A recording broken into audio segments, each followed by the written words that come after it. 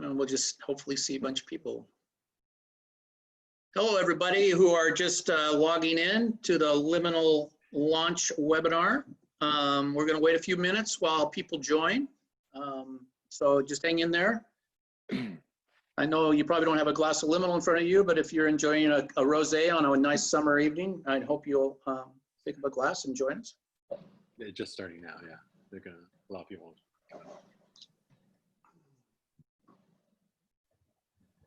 Yeah, we're sorry that we couldn't share these with you. That was our plan all along, but as we know, most of our plans changed this year, so.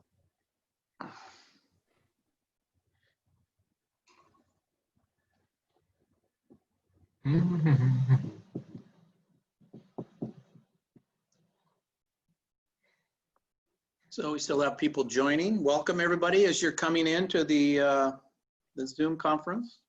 I don't think we'll break Zoom today. I think they've been doing things a lot bigger than this, but we're very excited about the number of people who have registered to participate.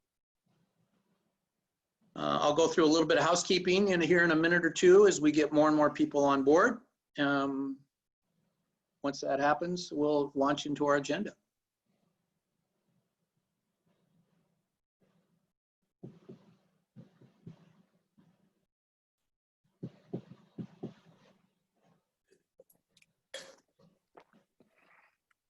Few more minutes. So far, so good. So Jeb, I've been meaning to challenge you to a hill sprint. You know, you've got that advantage of being that high elevation. Awesome. But, I think we should put something on the line there. I don't know, maybe a case of something or a few bottles of Reyes. God, you're such a baller, man. You hurt me. I'm not going to lose, so I don't really need to bring the Reyes to the table. Here's what you got to do. So you in Hermitage, I used to run from the hotel, which is the Pavillon Hotel, to the Chapelle, and 11 minutes and like 40 seconds. So we'll do it there, and then we'll do it on Red Mountain. What is the distance on Red Mountain from? Oh, geez. So our entrance is about 980 feet elevation, and the shipping containers are at a nice little spot. That's about 1,210. So not a whole lot of gain there, but it's maybe an 1,800 foot little jaunt up the hillside. 18. Oh, yeah, that's a lot. That's not small. You got to pace yourself. Yeah, I think so. What do you think? You're doing it in what? Give me a time frame. Oh, actually, I just go up and down the rows. So I'm saving myself. If you're not going to challenge me to this, then I'm not going to kill myself practicing that thing. All right, man. You're on, buddy. Well, okay. You're training with the back. To get you out to Red Mountain again, right? Dude, last time we were there, we shared a bottle of Clos Saint Jean. Yeah, we did. In the back of your pickup truck, man. I still remember it. Awesome. You know, and I shared Safeway's finest charcuterie. And I thought it was great. Yeah, no complaints out of me, buddy. Awesome, man. That's a fond memory that I have. For myself as well. So, Speaking for myself, I'll be happy to stand at the top of the hill with a stopwatch. So you guys go right ahead. You guys go right ahead. Okay, we still have a few people joining. I'll start in a minute at 5:05. And I'll pour myself a little more of this.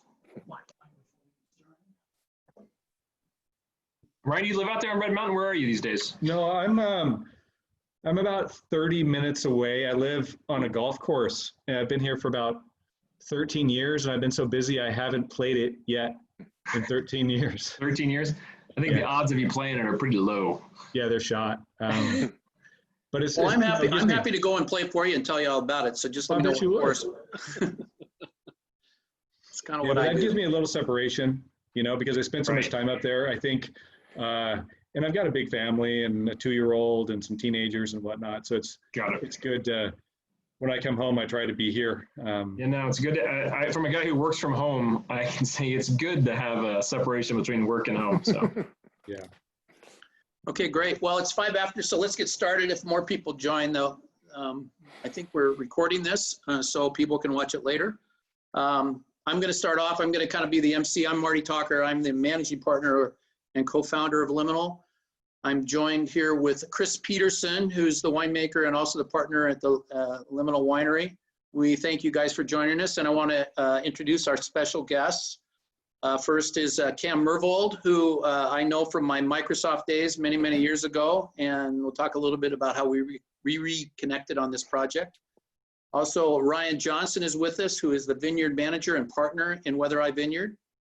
And we have special guests joining us today, Jeb Dunnuck from the Dunnuck Report. It's great that you guys are here. Thank you so much for joining us. And let me tell you a little bit about how this is going to go. We're going to start off talking a little bit about the vineyard. We're going to talk about how we kind of came up with the idea of Liminal. And then we're going to taste through the first vintage. We wish we could have been with a lot of you back on March 28th when we were originally going to have our barrel tasting event. But as you know, that got canceled along with all of the wine industry events for mostly through the year, I think. So this is our alternative. We're looking forward to talking about the wines and at least tasting through them virtually. I also want to introduce on the back end, Allison Wegg is helping us. She is in the Liminal wine box that you see. She'll be helping us field some questions during this call. If you've got any questions, you can use the chat box to send them to us. We'll try to get to them. We also appreciate all the people who sent questions in ahead of time, and we've got those printed out and we've talked through those. So we're going to try to cover as many of those as we can. We hope this conference is going to take roughly about an hour, which I think we should be able to cover most of what we want to do. And with that, let me open up a little bit about where Liminal came from. Chris and I have been working on Avinia since 2009, really, when we started talking about it as talking about the idea of me getting in the wine business when I was his crush intern at the Lil in 2009. 2010, we started Avinia with about 16 tons of fruit. This last year, we crushed roughly 100 tons, and that winery has done really well. We've made some really memorable wines, and I'm pretty excited about the project as it has evolved. And as we were cooking along with Avinia, Chris and I usually take a trip to the vineyards every year in the summer to meet with growers, talk about the vines, talk about strategy. And one of the things that occurred to us is we really wanted to kind of maybe do something in addition to Avinia, something that may be unique and special. So we did some scouting of Walla Walla, the North Fork. And on the way back from that trip, I said, hey, maybe we should call Cam, see what's going on Red Mountain. I see those vineyards up there. We go by them all the time. And Chris, I know you had been in touch with Ryan over the years. So we texted Ryan. He said, yeah, come on by. And we drove up the canyon and we were just blown away, flabbergasted, and so impressed with what Cam and Ryan had been doing up there that all the way back to Seattle, we talked about, says, hey, we really need to get in on this. We really think we can do something unique. So the idea behind Liminal was born on that road trip back to Seattle. We pitched Cam and Ryan, said, hey guys, if we commit to creating an all-new winery based completely on the WeatherEye fruit, would you guys give us kind of first priority or access to some of the better blocks that we're really interested in? And Cam thought about it for a couple of days and he agreed. So we were off and running, and it's been a really exciting partnership so far. We're really excited about the fruit. We're excited about the wines, and this is the first step towards getting those wines to the market. So Chris, you want to talk a little bit about your history with Ryan and how you and he have been working together over the years? Yeah, absolutely. You know, I think he started a couple of years before me at Ciel de Cheval Vineyard. I was at DeLille cellar. So I started there in 2003 just as a cellar rat and kind of worked my way up there. And their biggest vineyard was Ciel de Cheval at the time. And so we spent a lot of time there. And so I got to know Ryan from there. I think you started at about 2000. Right. Yeah. So just we were kind of young assistants trying to learn and really both having great opportunities at really stellar job sites. So and we always kind of wanted to do something together. And when he helped start Force Majeure, you know, they did the collaboration, and then we did a collaboration for 1 year, and then they kind of went away from that. So it was a really cool opportunity to. Well, Chris, what wine was that you did the collaboration series? It was the Collaboration 7. So that was a Syrah with a little bit of co-fermented Viognier and a 1% Roussanne. And you were working where at that time? That was? I was at Avenia. So that was Avenia. that was the 2013 Collaboration 7.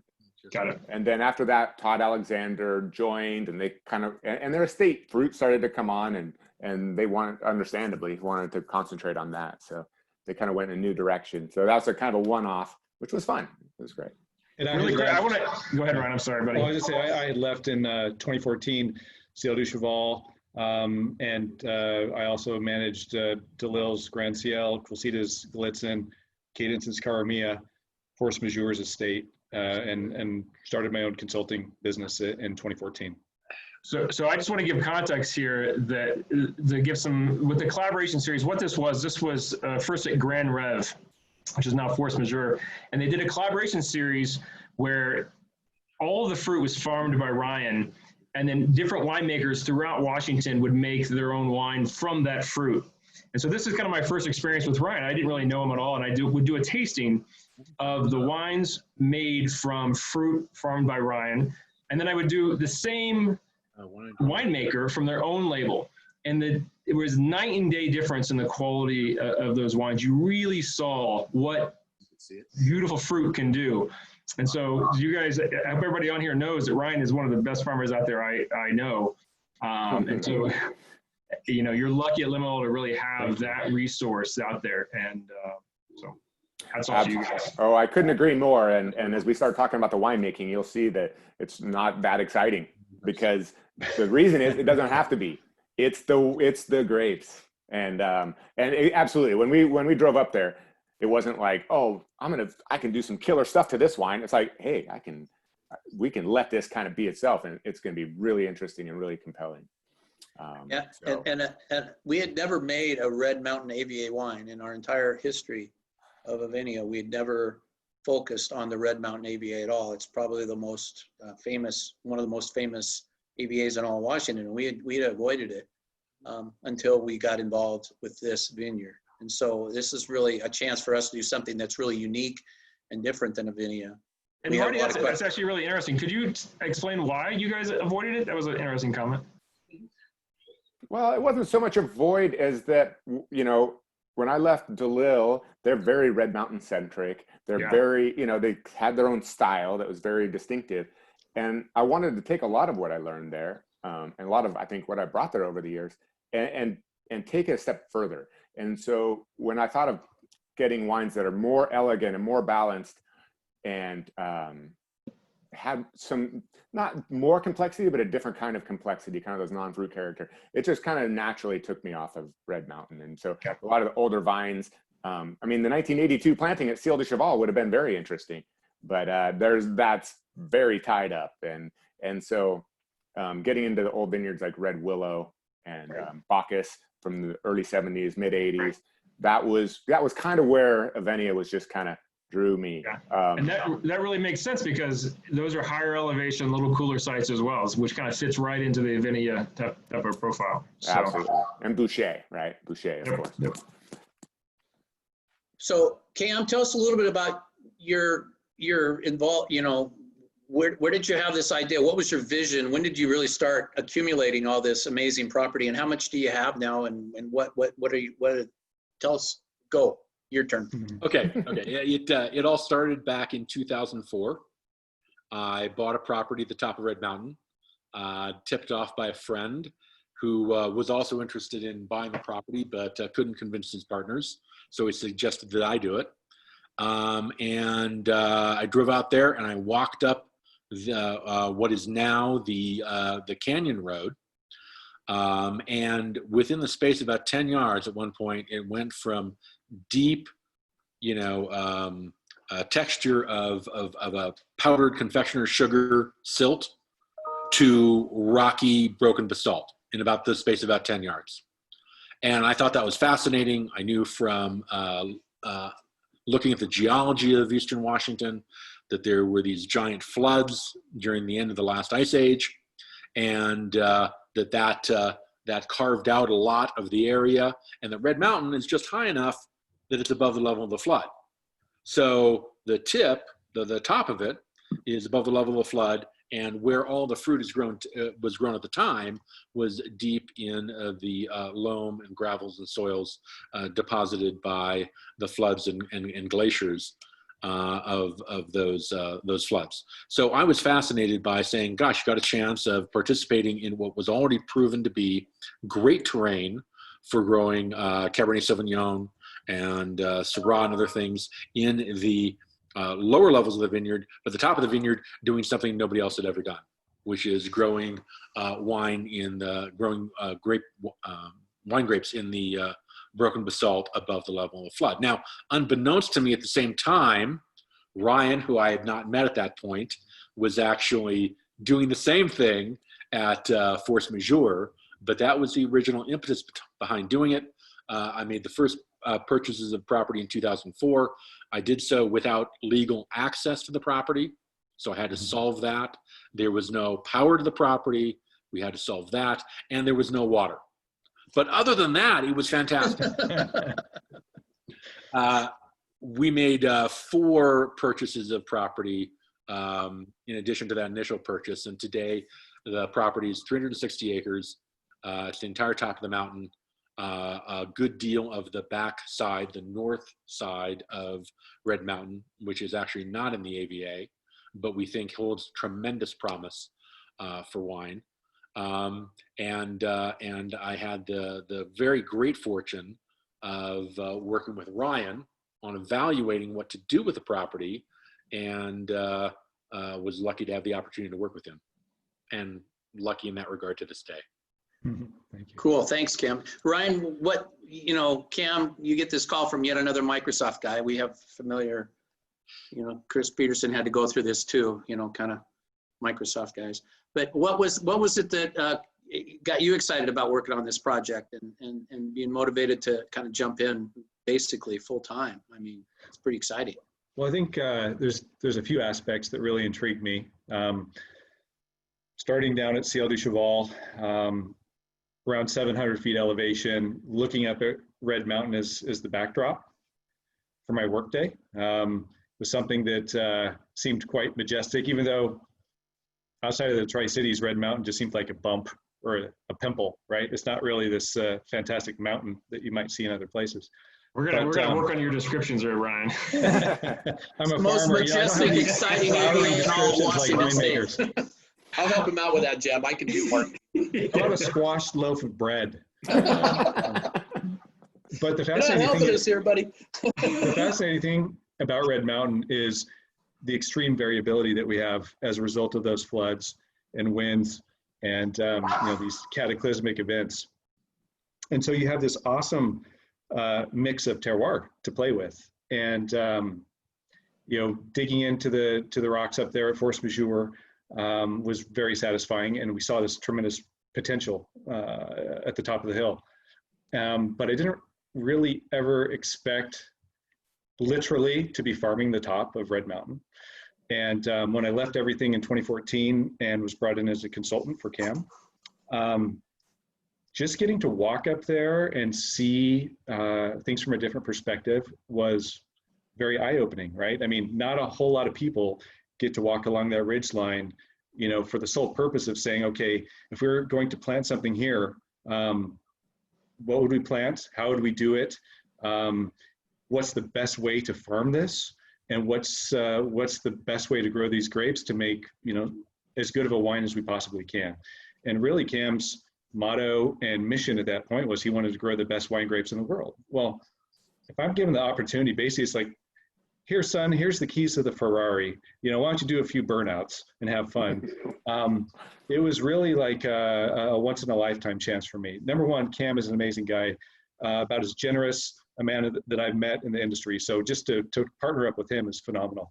But then to have this chance to just explore the north aspects, the canyons, the ins and outs, the elevation changes, the soil changes. If you're really into the geekery and the details of winemaking and wine growing, I mean, it's a playground. So how could I say no to something like that? How many plots of land are you actually farming now? How many different blocks are you actually managing? Well, I'll admit that I actually counted them up before I got online with you guys. And out of the 32 acres that we have planted, though, there's 57 separate blocks.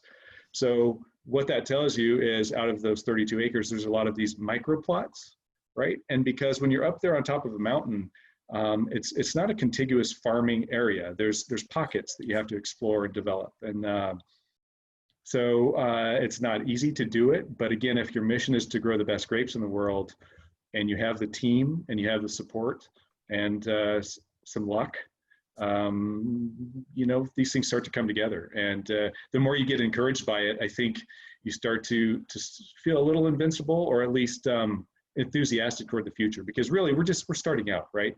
What's really cool is what the future holds for us if we can keep this up. Cool.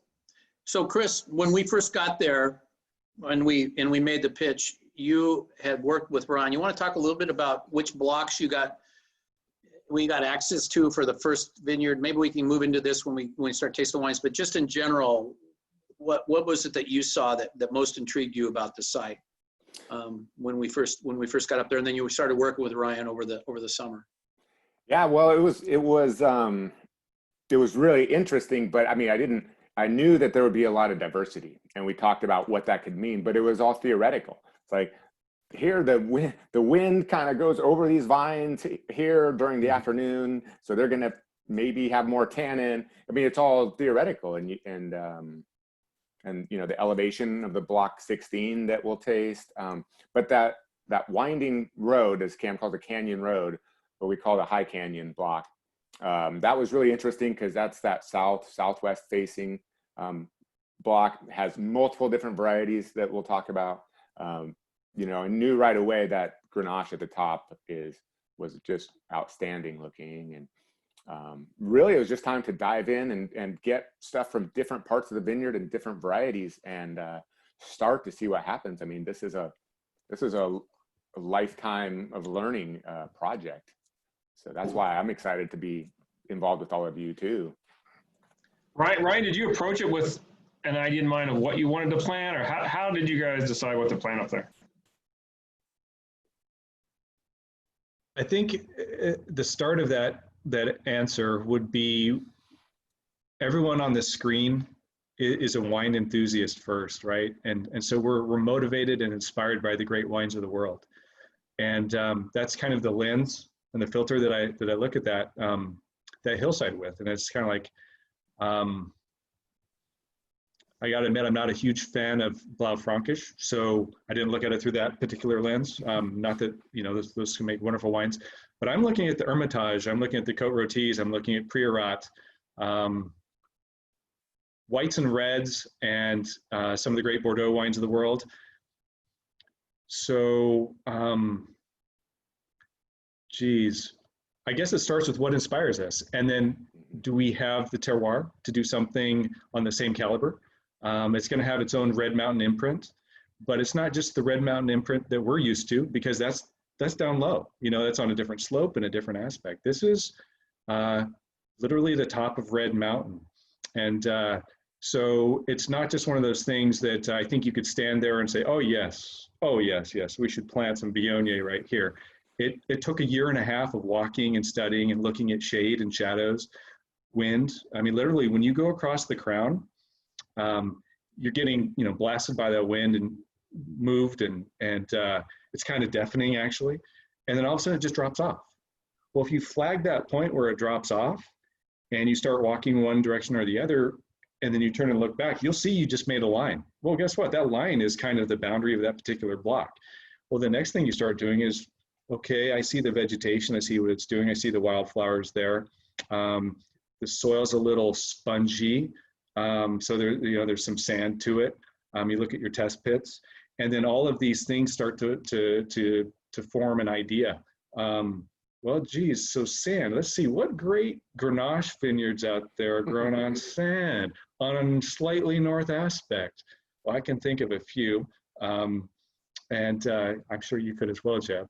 So then you go, well, I mean, it's a totally different terroir, but there's potential, right? And so you kind of go, all right, potentially let's do Grenache here, and you keep walking. And eventually this whole puzzle piece forms in front of your eyes, and you study it some more, and you take notes, and you drink more wine, and Cam and I discuss things. And eventually it just kind of comes together. But again, it took a year and a half of mapping and studying and drinking to make that happen. It's important to have context. What was that, Chris? It's important to have context. Yeah. You know, I mean, Speaking of- if you want to grow the best grapes in the world, you need to know what kind of wines those make. You know, what defines that. And again, you know, these wines are that spark, that catalyst for us, but we know we're not going to grow Cote Rôtie on the slopes of Red Mountain. But I tell you what, you need to have a lot of passion for what we're doing. And when you taste these wines, you drink these wines with friends, family, all the pain and the misery and the suffering and the financial investment, it kind of melts away. And now you've got this special thing that you can chase. And I think that's a great motivator for us, really. One of the things that we've received a lot of questions on, and one of the wines we're going to taste in a few minutes is the North Slope Block 16 Syrah. And people are weighing in saying, hey, I always thought South Slope, what you needed to do, plant vineyards. What makes the North Slope unique? What excites you about planting? Because you guys have got a lot of vineyards planted on that North Slope. What's the thinking behind that part of the vineyard? Should I jump in on that one, Cam? Are you fine? So, starting my career on Red Mountain, you hear a lot of the positive comments, and then you hear a few criticisms. And in 2003, 2005, those were drought years for us. It was hot, really, really hot. 2009 was really, really hot. Well, geez, it must be too hot to grow grapes on Red Mountain, and you know, you'll burn out your acidity and blah, blah, blah, you burn the fruit. Well, in the so around 2013, 2014, 2015, it started getting hot again. The thought that I had at the time was, how do you mitigate that, right? If this is the new norm, if Red Mountain is going to be a hot place to grow grapes, how do we deal with the fact that our ambient temperatures are hot, that we can damage the fruit, maybe not have the right phenolic ripeness that we're looking for, maybe the alcohols skyrocket and the sugars skyrocket and we drop acid. Well, a few strategies that we have to deal with that. Planting on the north aspect, so now we've got less of that direct, intense sunlight and heat. The other aspect that we have is that we have higher elevation up there, right? So, for example, when we're at 1,200 feet compared to the weather station that's down below, during the day, we're 2 to 7 degrees cooler. At night, we're actually 3 to 9 degrees warmer, and that's usually related to temperature inversions at night. But during the day, we're cooler up there, right? So that opens the door to planting some other varieties that might not be considered worthy of Red Mountain. And we can really dig into white Rhones in particular. We like to drink white Rhones. But then the other thing that we look to do is increasing our vine density, right? So when you've got vines this close together versus conventional spacing, now you're casting shade on the neighboring plant, you're putting shade on the vineyard floor, you're cooling things down, you're increasing humidity, you're protecting the fruiting zone, and you're also preserving some of those interesting characteristics of the fruit that you might burn out or ripen through if you're in a hotter part of any site or region, right? So that's a cool thing for us, is when we look at these wines that inspire us, what are some of those aspects? And maybe it's a peppery note, maybe it's something that's non-fruit. Well, how do we develop something like that, get the non-fruit elements to come through in a site that's usually considered being too hot? And so anyways, vine spacing, aspect, elevation, they all come into play. And there's still no magic formula for it, but it seems like it's coming together, and we're getting a different dimension in the fruit from a young vineyard by using these strategies. Great, thanks. Well, let's move on to trying the wines, and it'll allow us to talk a little bit more about the blocks and talk a little bit more about the vineyard. And then Chris, you can talk a little bit about the winemaking philosophy. And we've had some questions on what's the difference between what we're doing with Liminal and what we're doing with Avinia. And maybe you can address some of that as we go through this. First one up, I think. Yeah, we'll start with the Viognier, and this is from the High Canyon block. So as we're, the Grenache is on top in a kind of a bush trained vines. we go down that hill, and I think, Marty, do you have a picture of that? Yeah, You go down the hill, and then is it Roussanne first, and then Viognier as you go down the hill. This is the picture on your lower left. The Grenache is in the foreground, and that's the wine we'll taste next. And then we go into the whites, and then 3 blocks of Syrah. So that's what we call the High Canyon block. And as we taste these first 3 wines, they're all from this block. We are partnering with WeatherEye we get all of this block, and we're going to highlight that in its own series, the High Canyon series. So you guys actually get all of that block. Yes. Yeah. No one else pulls fruit from there. How big is the block? How big is the block overall? That's 0.8 whopping acres. Of the Viognier. Of the Viognier. Oh, of that amphitheater Grenache. The Viognier is like 0.3 acres, I believe. In total though, it's how big? The total block is how big? Well, so if you were to expand on the concept of what we're calling the canyon, that's actually 3 blocks of Syrah, 1 block of Viognier, 1 block of Roussanne, and then the Grenache at the top. So, for example, most of those individual blocks are just 0.25 to 0.32 acres each. Got it. Ryan just likes to drive himself insane with this attention to detail, but that kind of informed the previous question Marty asked about the difference between Avenia and Liminal. And Avenia, we think of as these blends, and we're blending different vineyards, varietals, and to make these cohesive wines that have their own identity, but they're from different places, and they're all about harmony and balance, and we get a lot of older vines. Liminal kind of turns out, and it didn't start out this way, as we started thinking through it, I thought, well, we can make blends from different parts, and the north side with the west side, or the Red Mountain side, maybe it'll make a great blend. But as I started thinking about it and tasting the wines from the 2018 vintage, I thought of doing the opposite of Avenia. So instead, we're just drilling down on these really tiny blocks, 0.4 acres of Viognier. This is it. The Canyon Grenache. And then we get different blocks from around the vineyard too. And the best of those from each year will become, part of another series, the block highlight series, where we'll have high elevation Syrah from the north side of the Red Mountain that we'll try in a minute, with the idea that there's not I think things will kind of settle into, the best blocks will redeem themselves year after year to have that, but it's not necessarily true. And in 2019, I already kind of see another couple of different wines that will come out. So it's really just about make the wine, as we learn about the block, kind of tweak the winemaking to reflect that, and just reflect that. And for us, the access to the fruit is important, but mostly because it's just so limited. I mean, we were only able to put up like 39 cases of the Viognier. That's it.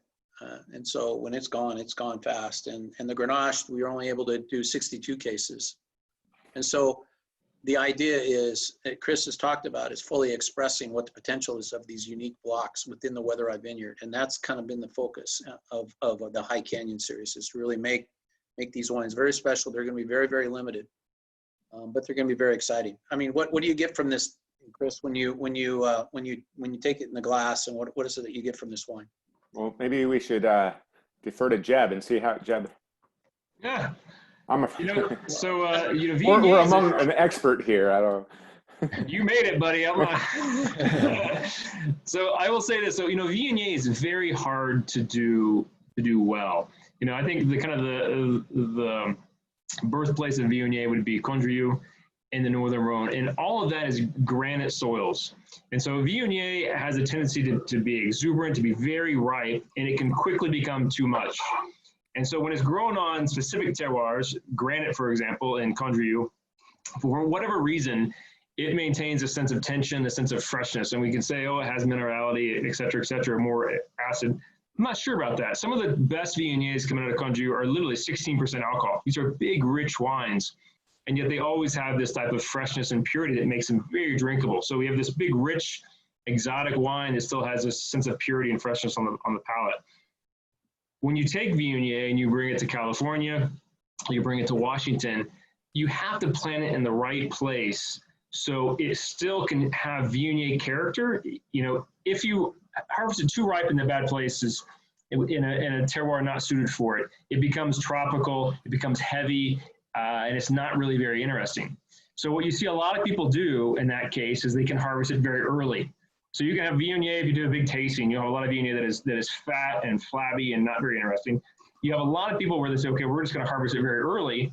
And literally it's almost like Sauvignon Blanc. I mean, it becomes very acidic and it's, you know, so to have that rare mix where you can get richness, where you can get texture, which is classic Viognier, and yet still have it be elegant and light on the palate and very drinkable. You know, that's that paradox, and that's what great Viognier is about. And so it's not easy to do a great Viognier. And I think you guys did a great job on this. You know, it leans towards a little bit more fresh, a little bit more elegant spectrum of Viognier, which I think, Chris, is right up your alley. Yet it still is classic Viognier. You know, it has that more yellow fruits, has a little bit of spice to it. You can feel that kind of viscosity on the palate. And yet it's still a very fresh, very elegant wine. And so I will say this wine needs a little bit of air. When you open it up, it seems a little bit closed, a little bit reductive, and with air, it really blossoms and shows more purity of fruit. And I think just a beautiful white. So Cool. Yeah, thank you. So you want to move to the Grenache next from the High Canyon. We thought about maybe focusing completely on the High Canyon for these first three wines because of the most limited. But we had a suggestion from one of our panelists that maybe we do the GSM after that and then move to the two Syrahs. So you want to do that, Chris? Yeah, however we want to do it. But we'll start with the Grenache. Okay. Talk a little bit about this block. Talk a little bit about this wine. So this is from that block that we just saw the picture of. It's 0.8 acres. Photo credit goes to Ryan Johnson on that photo. I use that photo. I might even make it my profile picture on Facebook. I love that photo. you should follow him on Instagram. Yeah. I don't know if everyone's seen, I guess it's on the website now, but you know, it'll probably look nicer on the website, that's for sure. But we're really proud of how the packaging turned out. We really think it reflects. Yeah. For those of you asking questions about allocations in the website, we had some technical difficulties earlier today, and I'll update everybody at the end about all that. But the new website is actually up and running now. So if you want to tune into that website, you can actually see the specs on the wines as we go along, if you're interested. But don't leave this, you know, this is really good stuff we're doing here. So anyway, the Grenache, back to the Grenache. Grenache, yeah. And actually, about the winemaking, it's pretty minimal, and it's pretty similar between these two wines, between the Viognier and the Grenache, which is to say, we brought it in and crushed it, and in the case of the Viognier, pumped it into 2 barrels and fermented it in that. Actually, it's 3 barrels, and then it became 2 after fermentation in neutral barrels, and aged it for about a year, and then put it into tank for a couple months and bottled it. The Grenache, same thing, native yeast fermentation, a few stems, maybe 15-20% stems in the fermentation, post destemming, and then adding back, as we talked about earlier. And really quick, why would you do that? So to give some context here, when the grapes come in, you can have whole clusters, and you can put those directly into the fermenter. Another method is that you can destem it, so you have all destemmed fruit, and now you have the stems, and you can add those back in. Chris, can you talk about why you choose one method over the other? Yeah, there's a couple reasons. One is that we have 2 sorting tables, and so we can actually still sort the fruit for leaves. You know, you're not really sorting for stem fragments because you're putting those back in, but there's leaves and other non-fruit stuff that you don't want. Not from us. He's right there. Oh, yeah, it's all beautiful. It comes in most beautiful. It's so beautiful. Oh, it's unbelievable. I take pictures every year. So that's one thing. The other thing is you can choose exactly which stems go in, because, you know, again, at some vineyards, there could be different quality, but there's different ripeness of the stems and that kind of thing. And you can pick from that. But the other thing is too, is if you go in, just put whole cluster in and ferment it, you get this carbonic maceration effect, which is where it's a different style different type of fermentation that happens inside the berry. And it kind of can bring this fruity, tutti frutti kind of flavor. So we try to avoid that. And we are now experimenting as we get into 2019. We're kind of experimenting of doing things specific because now we have an idea of what the personality of these different blocks are. So it's not this first year, it's all native yeast fermentation. There's very little new oak. There's a little bit in the Syrahs. And we're just trying to, and then pick out which wines stand out. We got more Grenache from the other block called La Flecha, which is at the very top ridge. And we could have made more Grenache with that, and it's great. And when people tasted that, they're like, that's great, you should make that Grenache. I'm like, yeah, that's because you didn't try this one. I mean, I just think this is super complete, has a lot of complexity. And as Ryan was talking about certain places, there's only certain places even in the Rhone where they do 100% Grenache, and it's pretty rare, and has to be a pretty special spot.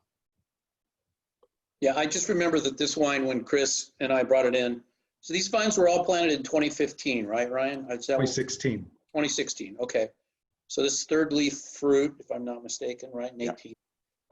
And so for a young vineyard to have this kind of complexity is pretty astounding, I think, based on what I've read in all the books.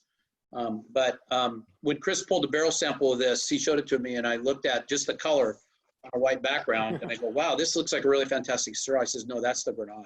You won't believe how dense this Syrah is, how the color is just so dense. I go, wow. And then it showed itself on the nose and in the palate. So it's a pretty amazing block of fruit. We're very excited about getting it. So should we move to the GSM, which kind of is the wine that really features the whole vineyard per se? Ryan, we've had some questions about how you choose which wines you want to plant, and somebody was interested in a Malbec. I don't know if you guys have any Malbec planted up there, or whether you're thinking about that. No. Oh, Cam, you're muted. Sorry, go ahead, Ryan. Oh, I was to say, at this point in time, we do not. Okay. I know we've got some Cab, and we've got some Cab Franc, and we got some Merlot that's coming out in the 19 vintage for us and for some other growers. And you've also got some Grenache Blanc that I know our friends at Two Vintners gets. And so I know there's some other varietals, but we had a specific question about Malbec. So I thought I'd just get that in there. So back to the GSM. We did get a question about what's Jeb's take on the Grenache, which I was curious about. Yeah, no, I think Ryan described it beautifully. I mean, if you think about Grenache from Chateauneuf, that's grown on sand and on a northern slope. This is really, if you were tasting this blind to lineup, this is kind of what you would think of that comes out of Chateauneuf, because it's not a blockbuster style Grenache. It's much more elegant. It's very complex, and you always have this kind of curious, this red fruit, beautiful spice, a little like herb de Provence type of character. And yet it still has classic Grenache power on the palate. It's pretty rich. And so it kind of fits right into that kind of classification that I would say this, a more elegant style of Grenache, but like true Grenache. What can happen with Grenache a lot of times, and I used to rage against it, and I've kind of given in a little bit. I used to taste in California, I would taste so many Grenache, and they were like Pinot Noir. And I would get all pissed off, and I'm like, damn it. I think that leaves some of the greatness of Grenache. If you don't get this richness out of it, you can make a pretty Pinot Noir style Grenache out of it, very lightly colored and very elegant. But the true greatness of Grenache, it needs a little richness, it needs a little power. And so I think you guys play in that type of very fine, very elegant. You can still feel the tannins. I mean, this tastes like Red Mountain a little bit. There's a little savoriness there, a little bit of minerality, and yet it still plays in that very pretty style of true Grenache. So that's my thoughts on it. Great. GSM. Yeah, so the GSM, this gets the Grenache from the other block. And I think, Jeb and I met probably about a dozen years ago when I was at DeLille, and he had the Rhone report. And, I thought we hit it off then. I might have been wrong. And well, we got to get yeah. Oh, wait, yes. And he's been kind enough to come and taste our wines out of barrel every year for the past 2 years. It's really been great. But our first, both of our first love was the Rhone, and Ryan too. That's what we have in common. And so Grenache is just one of all of our favorite varieties, but it benefits from being blended with other Rhone varieties, and there's many of those, but the key ones usually are to be Grenache dominant, have Mourvèdre and Syrah, and there's a couple others that are probably somewhat important, like Cinsault and Clunoise, but we stick with these first three. And we this is from the Vineyard highlight series, so this will be wines. They can be from any of the blocks. They don't go into the other wines. So the Grenache is from what they call La Flecha, which is the tip of the spear. So this is at the far end of the vineyard on the ridge, and it comes to a point, and it's just at the very top. It gets a lot of wind. It's a big structured wine. I don't know if most Southern Rhone blends think of the Grenache as being the structure. That's usually get that from the Mourvèdre and the Syrah, but in this case it is. Then the Syrah is from, and they're about equal. There's a little more Grenache. Then next up is Syrah, and that's from a very steep northern site, block 11, which they call El Norte, and what percentages are we talking, Chris? We're talking how much Grenache? Let me get my exact here. It is 42 Grenache, 38 Mourvèdre, and 20% Syrah. And how did you put that blend together? This was all through blending trials, or did you say we're going to do 1/3, 1/3, 1/3, or what was your, when you were putting this together, what were you thinking? Yes, definitely blending trials. And it's all about balancing, bringing out the best of each block, and using what we have on hand. We actually we had 4 blocks of Syrah. We had 2 blocks of Grenache, which we really picked into 3. Then we got Viognier, Roussanne. So even though we only got a few tons, we got a ton of different options to blend. And so, it kind of just kind of formed it into, kind of followed the blending trials. Interestingly, we were thinking about making a Mourvèdre. We had Mourvèdre, and it was strong enough to be on its own, but it was so essential to this GSM blend that I just felt compelled to do that. I feel like it really brought a lot, and that's from the north side as well. What percentage is from the Red Mountain AVA, and then on the north side between the planted acreage? It depends on what you call La Flecha. Well, you tell me. What do you call a Fletcher? Red Mountain. I call it Red Mountain, baby. Yeah, we don't really differentiate that much. I mean, it goes right through the middle. Ryan probably knows we have more acreage planted on the north slope than we do on the south slope. And no kidding. Oh yeah, absolutely. We just think it's we're more excited about what we can do there, and the temperature differential and all things that Ryan's talked about. You know what's interesting? I'm looking at so there is Red Mountain on the back, but you guys highlight the WeatherEye vineyard, which makes sense, I think. Well, and the canyon itself is on the AVA, the Red Mountain AVA side of things. Yeah. And so just those little tiny blocks that kind of step up the canyon, that's technically all Red Mountain AVA. But then as we kind of reach the crown of Red Mountain, the ridgeline there, that's the differentiating point for the boundaries. Got it. So interesting. So like the GSM is Columbia Valley, and the Syrah Block 16 is Columbia Valley. That's right, because 75% of the fruit has to come from the, it's higher than that. 90% of the fruit has to come from the AVA in order to use the AVA designation. I think it's something like that. Yeah, 85 or 90. Yeah. Are you opening yourself up for an audit there, Marty? No, I'm not. No, there's no accountants on our list, I hope. So the short answer is the Grenache is mostly in Red Mountain. It kind of bisects the vineyard, the line, and the Syrah and Mourvèdre are certainly Columbia Valley. One thing notable about this vineyard, I think it comes across in this wine, is that even at the when it gets fully ripe, the acidity it really holds it, especially in the context of Red Mountain. I've been really amazed these 2 years that we've harvested so far you know, it's been under 3.5 in most cases when we're at harvest. What? Oftentimes yeah. oftentimes in the three, oftentimes in the What 3.3s. variety? So this Grenache, the Grenache that goes in here was picked on, let's have it here, was picked on September 27th, and it had 3.42 pH. Your Grenache? Ah, damn it, man. Hang that thing longer. Hang it longer. Maybe. 26.4 on the brick. So I'm sorry. Go ahead, Jeb. So what are the other? Tell me, what's your alcohol is what at that point? Well, these wines are, you know, still a little over 15% for sure. Yeah. So at this point, it's interesting. I wonder if that's the basalt, because I mean, you're pushing as if you're kind of struggling. I mean, you want to leave it out there to get that acidity down, that pH up, but you're at 15%. So, you know, that's kind of that's a double-edged sword, actually. Yeah. I'm happy with pH. Now, this isn't finished pH. This is harvested pH.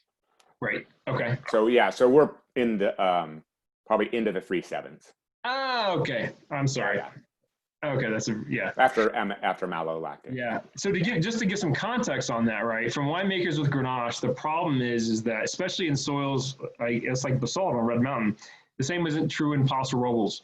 Paso Robles has calcare or limestone soils. It really holds its acidity, and so you can't have Grenache with too much acidity because it's high alcohol and it has a little bit of tannin. It can just be very unfriendly. It's not that fun to drink. So it's a balance from a winemaker standpoint to get your phenolics right, to get your pH up or your acidity down, and not have 17% alcohol.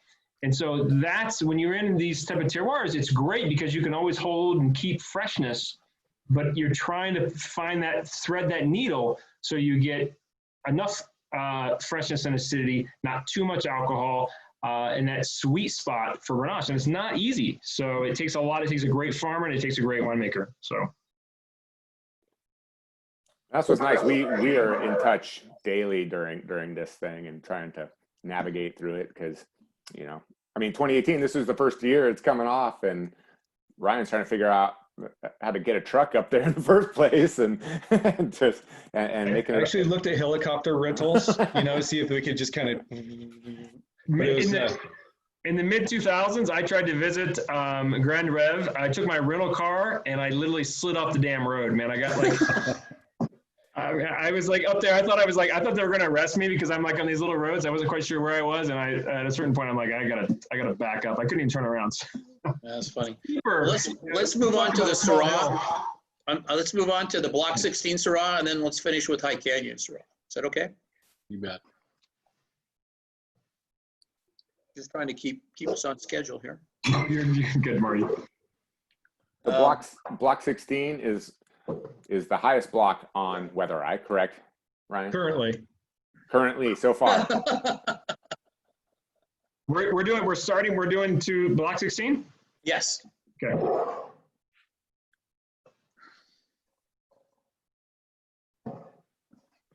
Thoughts on this wine, Chris? Jeb? Chris, what's the difference between your straight Syrah and your block 16? Tell me about the difference between those two wines, if you would. Yeah, it's just simply the block. So block 16 is on the north side, about 1,230 feet, right, Ryan? And then the canyon is about 2/3 down that canyon block. So it's Red Mountain, southwest facing. Right before I put it in bottle, I had each one at about 25% new French oak. These are such small blocks, you don't have a lot of gradation opportunities for like new oak, for instance. So there's 4 barrels, you could do 25% or 50%. So we did 25%. But when I went to put it into tank to bottle, I trialed taking a little bit of that oak out all the way down. And so it ends up about being 18% is what we put in. And the block 16 is about 25% new. And they did get a different barrel. You know, that's another process of this whole thing is finding new barrels, not just falling back at what I know from Avenia, because this is a different style. Finding barrels that are specifically designed for Syrah, you know, thicker stave, Again, even new puncheons, new 500 liters are difficult because it's half of your lot, and that's more than I want in a wine. So. Hey, Chris, you made a good comment. So it's interesting because you as a winemaker have a vinea, and now you have Liminal. Can you talk about how you approach those wines? Because you said a different style. You were looking for something different. How do you approach those blending trials? Well, it's been, and it's interesting because even in these small 4-barrel lots, there's still a blending trial because there's a new barrel, and maybe there's a large format 500 liter and 3 regular sized barrels, and they age differently, and there's this opportunity to kind of tweak that, especially with the new oak.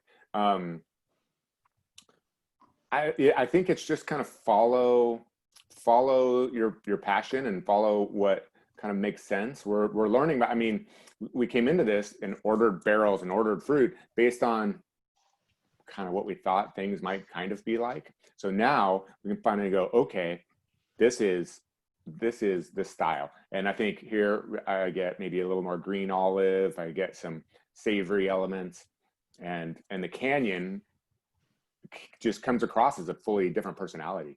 So in that case, you know, I'm thinking about, for instance, in 2019, I co-fermented the next one. I co-fermented with Viognier because that kind of felt like that fit. Whereas with this wine, I don't taste this, and I would not say for me, I don't feel that.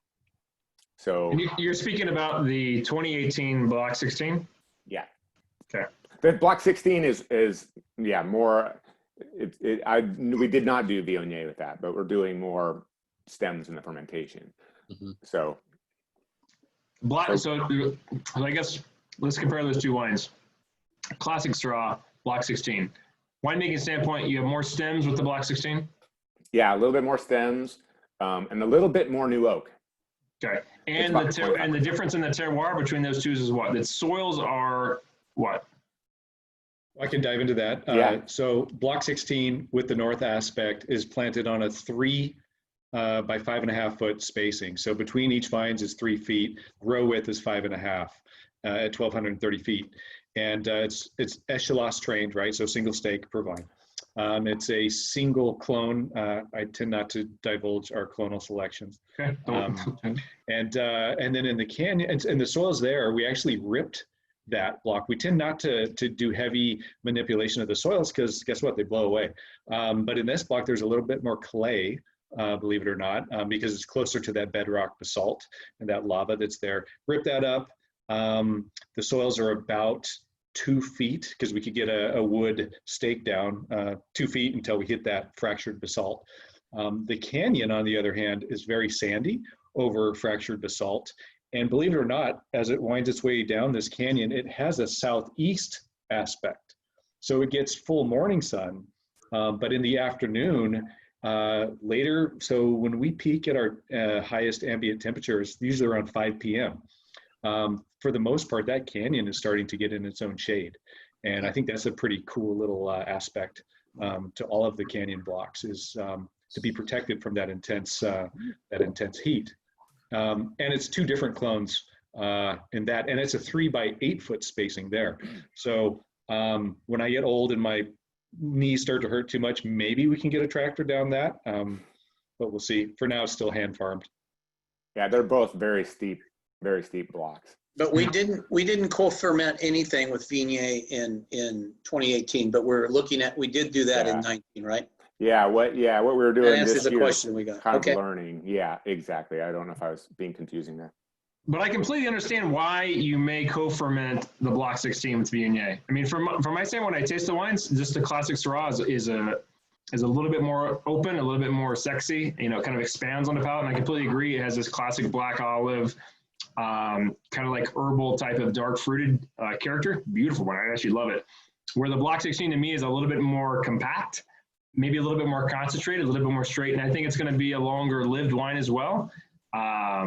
But anyway, both are beautiful. But it's great to see those different styles and those. And I kind of understand why you would add, Viognier to add a little bit more opulence, I guess, to that Block 16. So my thoughts. Great. So did we talk about the Canyon Syrah yet? This is the last No, wine? that's the last one. Yeah. I'll say again, I guess another form of a blending trial is, we had 4 blocks of Syrah, and I just put them, I had our assistant winemaker put them together, and we tasted them blind, and it just followed these two, the Canyon and the block 16 stood out. But that block 11. So Chris, how would you? So I gave my kind of thoughts on this. Chris, how would you, from a winemaker side, how do you view these two wines? Well, I just poured the Canyon. I think that I'm getting a lot more maybe green olive and savory elements on, and firmer tannin on the 16, the block 16. Yeah. Actually, I tried these yesterday just because I wanted to start getting my head around it, and I think it's showing. This one's showing really nice today. But it's definitely these wines. Incidentally, these wines were bottled about 2 months ago, so I don't think they're what you would call bottle shocked. But I think these are wines that demand time, I think. And they definitely change as you open up. With the Canyon Syrah, I just really get that kind of classic dark black fruit and like graphite and bacon fat for sure, which I really like. Got it. Thanks, Chris. So Cam, what do you think of the wines? Did we do okay with your fruit? Did we do okay? I am so happy, Marty. No, I really love all the wines. I love the Grenache. I think it is. I think it's super interesting. It shows what can be done in Washington State. It shows what Ryan can do in the vineyard. I love both Syrahs. The first time I tasted them, I really leaned towards the Block 16 because I like to keep wines for a long time. I generally don't drink wine, a Syrah, until it's probably 12 or 14 years old. But today, wow, that High Canyon is just showing beautifully. So I am so thrilled. Thank you, Marty. Thank you, Chris. Awesome. Well, thank Great. you. I mean, Ryan, what do you think? Are we doing okay? Are you happy to see your little children go off growing up and be decent adults here at some point? Cam and I have said this over and over again, and we're just piling on the love here, right? This is a love fest. Yeah, But you guys are fantastic to work with. And thank you for giving us confidence in what we're doing. Thank you for supporting us. It's the feedback that we're looking for, right? We need to taste these wines and see how we can improve and get better, because we're not settling for, hey, that's good. We're really trying to achieve something that tickles greatness. And that's just working closely with you guys and with our other customers, and just never being satisfied, right? But these wines are phenomenal, so great job. And it also gets me excited that all that hard work and sweat and blood and cursing were worth it. No, thanks, Ryan and Cam. You can't overstate the work that Ryan puts in that vineyard. Yeah. I go walk around with him and I'm like, I need to go sit in the car for another hour and go to another vineyard. And he does it all day, every day. So these slopes are super steep. Some of it's really rocky. It's a really special place in the world for sure. And we're excited to be a part of it. And this is just the beginning.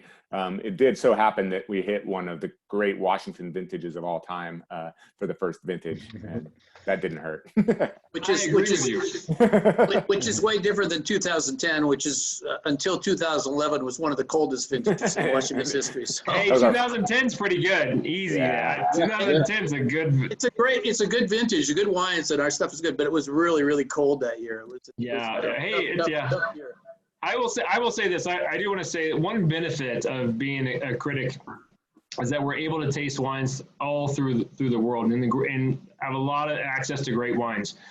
And so I feel for you guys, because in Washington State, I think you're fighting an uphill battle trying to educate the consumer.